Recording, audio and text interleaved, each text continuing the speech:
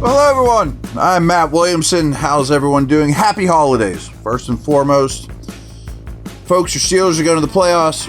I don't know if they're going to win the division or not, but there are still a lot of big games ahead of us, and I'm here to kind of introduce you to the Chiefs. And it's early. I mean, obviously, this is a very, very, very weird week for me in that usually it's about Wednesday when I really have to be a real firm grasp of the opponent and the matchup and all that stuff. And I'm not there yet. I'm recording this on Monday night. Monday Night Football is going on as we speak. I've been on the air all day today, but so be it. Again, it beats digging a ditch for a living. Tell you a little bit about, I just want to introduce you to the Chiefs. They have 14 wins this year with 30 or fewer points.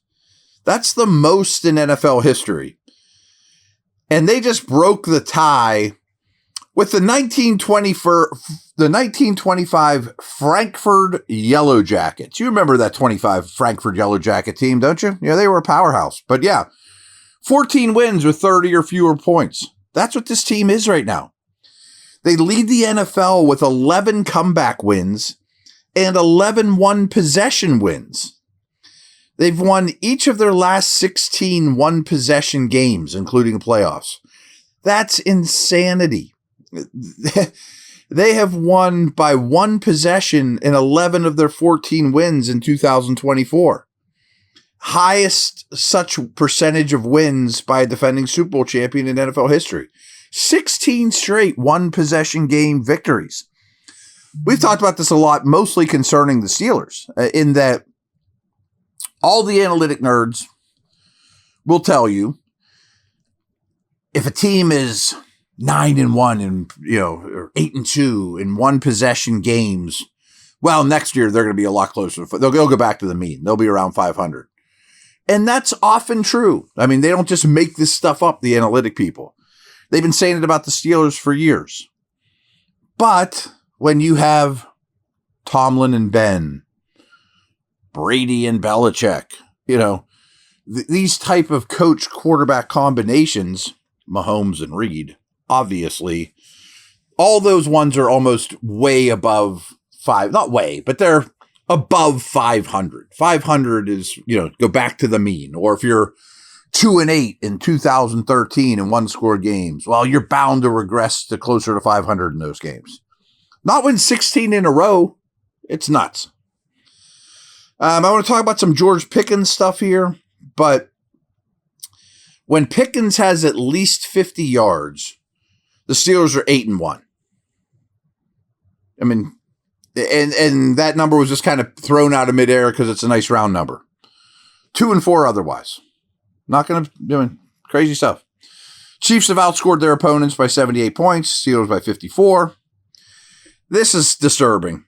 So the Steelers offense has had 7 3-and-outs over the last 2 weeks. Way too many. Their opponents, 0 by Baltimore, 0 by Philly. Brutal. I want to talk about Steelers time possession a little bit. So, as you might recall, they were number 1 in the league in time of possession going into Philly. Okay, that was 2 games ago, of course. Best time possession in the league. They're now 7th, but over their last 3 games, and to be very honest, why did I pick 3 games? Because the site I go to has a column for time possession, home, road, last 3 games. So this was just right in front of my face. So I sorted by time of possession over the last 3 games. Steelers are 32nd. Too much defense is bad defense. It's just, that's the way this league is. On the field, way too much lately. BetOnline is the world's most trusted betting platform and your number 1 source for online betting. From the earliest odds to in-game live betting, BetOnline provides you with all the action, the ability to watch the games as they happen. With the largest selection of odds on everything from football, NBA and college basketball, NHL to UFC and MMA.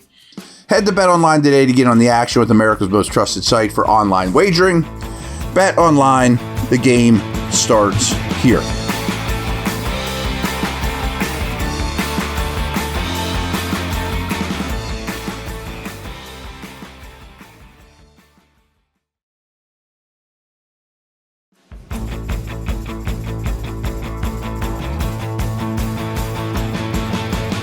So I mentioned some Pickens stuff. Let me scroll down here to get to it. Here's one other thing I want to mention about Kansas City first, though. They have 82 accepted penalties against them. If you remember, last week, the Ravens had the most accepted penalties against them. Kansas City has the least. So you talk about winning one-score games and things like that. Well, I mean, they're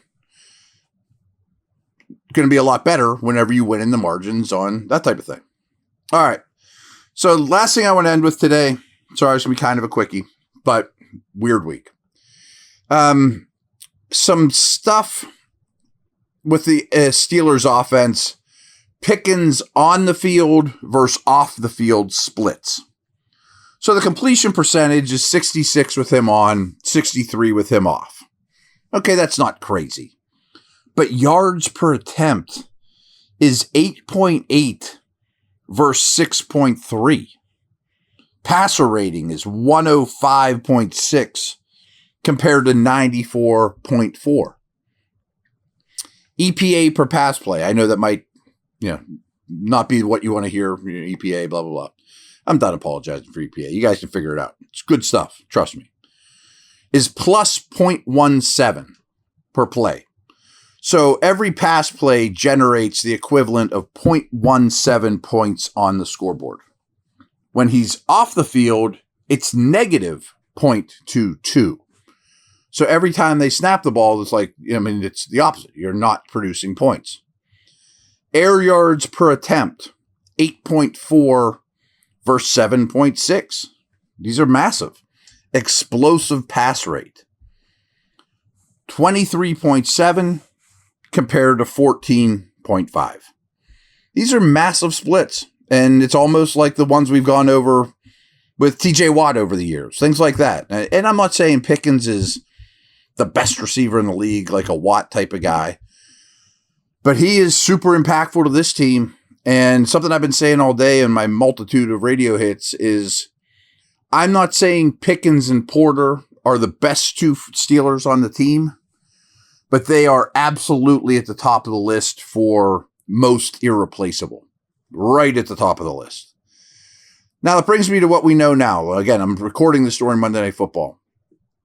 It sure looks like Pickens will be back. I think everyone will be back except for Skoranek and Porter. Porter, as I just mentioned, is one of those guys you can least afford to lose. But you are getting back all those defensive reinforcements and Pickens. That's wonderful. The guy to watch for the Chiefs, Jawan Taylor, their right tackle, probably will play. Their tackles are really, really bad, though. But Chris Jones. Chris Jones, my hunch, will be a game-time decision. And at most, I think he will be a third and long guy or situational stuff. Weighty downs, as Mike Tomlin likes to say. I don't think he'll be a full-time player on a super short week, no matter what in this game. He's too valuable. Frankly, I would sit him if I were those guys. Give him this big, long week. He could play week 18 and then maybe have a bye before the playoffs. And if I were Andy Reid, I'd look at it like, I can probably beat the Steelers without him. This isn't sitting Mahomes. I would not put him in harm's way, but that's the injury to watch for Kansas City. I mean, he's a very different style player than Cam Hayward. I mean, he'll take some plays off and he'll pick his spots, to be frank. But he is a game wrecker and exactly the type of guy that gives Wilson at his height problems. So keep an eye on that. Most of the Steelers injury news, besides Porter, hate that because the KC receivers are starting to kind of find themselves a little bit too. And Chris Jones. Those are the ones we need to watch between now and kickoff. So, all right, everyone, have a great one. Again, happy holidays. Take care.